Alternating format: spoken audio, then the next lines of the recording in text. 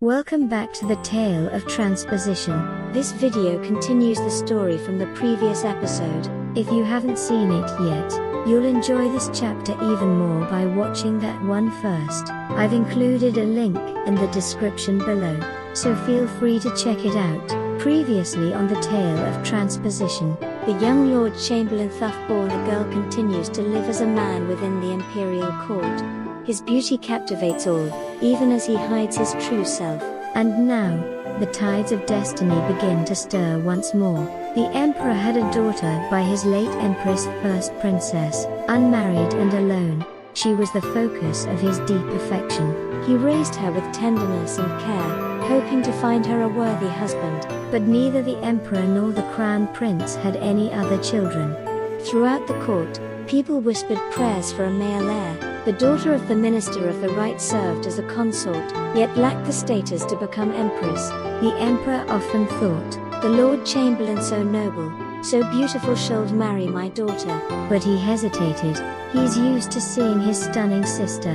Would he find my daughter lacking? Besides, his rank is still low. I must wait. News of the emperor's thoughts reached the minister of the center. Troubled, he sighed. If only the Lord Chamberlain were truly a man, what an honor it would be. Yet he could only smile bitterly and say nothing. The Lord Chamberlain, though newly come of age, was wise beyond his years. The court ladies adored him, longing for even a glance. If only he would say a word to me. They dressed to catch his eye, but he never noticed. He continued his role in silence, unable to reveal the truth. To outsiders, he seemed a model of restraint and dignity. Some admired him, others found him distant. At court was the emperor's uncle's son, prince of the ministry of ceremonial, called the middle captain, older than the Lord Chamberlain, elegant and well regarded, but also a notorious flirt. When he heard of the minister of the center's daughter and the fourth princess, both famed for their beauty, he swore, I must have one of them. He sent countless letters, chasing love, but gained nothing. His fickle reputation preceded him. Yet, when he looked upon the Lord Chamberlain, his heart changed.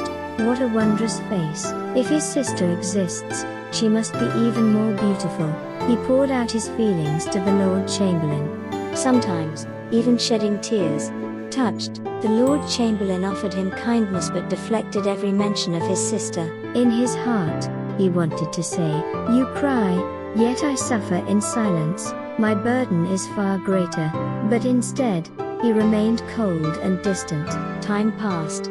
The emperor fell ill. Perhaps my illness means it is time to step down, he thought, and abdicated to the crown prince. He named the first princess the new crown princess, and moved to Suzaku Palace. The Lord Chamberlain's grandfather, now elderly and ill, entered the priesthood. His father became minister of the left and regent.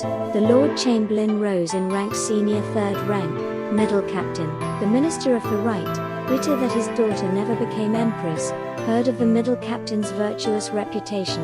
There could be no better match, he thought, and proposed marriage between his daughter, the fourth princess, and the Lord Chamberlain. The minister of the left was surprised but agreed. My son avoids romance, but he is deeply sincere, his wife said with a laugh. The fourth princess is naive, just act like a normal husband, will do fine. The Lord Chamberlain was confused, but accepted the match. He wrote, is this love's path?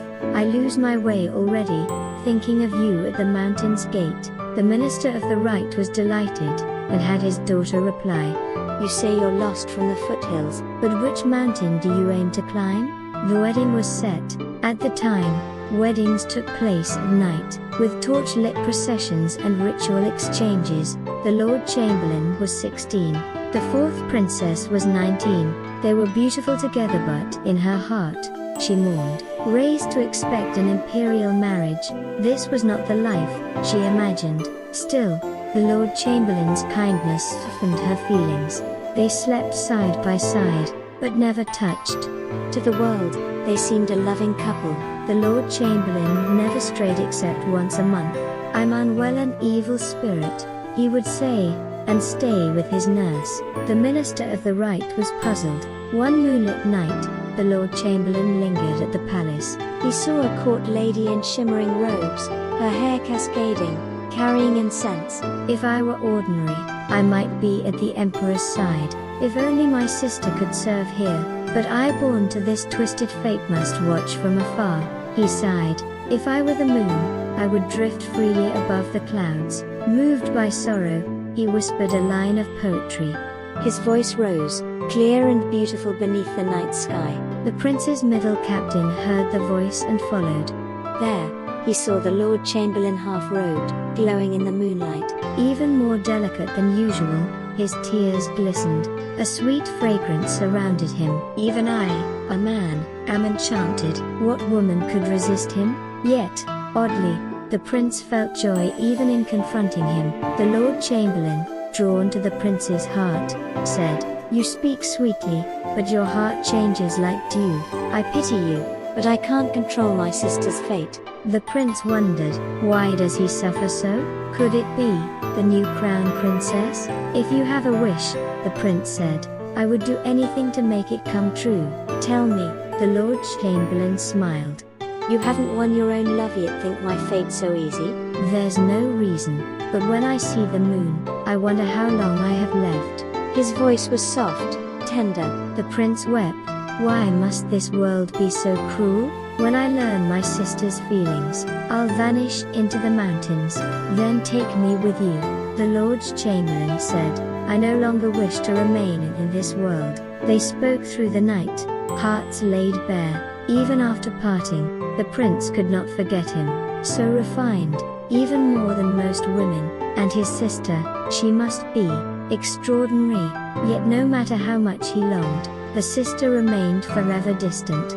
Thus, the young Lord Chamberlain, bound by duty and concealment, enters marriage. But in the shadows, hearts ache, truths are hidden, and the moon bears silent witness. Stay with us for the next chapter of the tale of transposition. If you enjoyed this video and wish to see the next chapter, please consider subscribing and giving it a like. Your support helps us share more beautiful tales from classic Japan.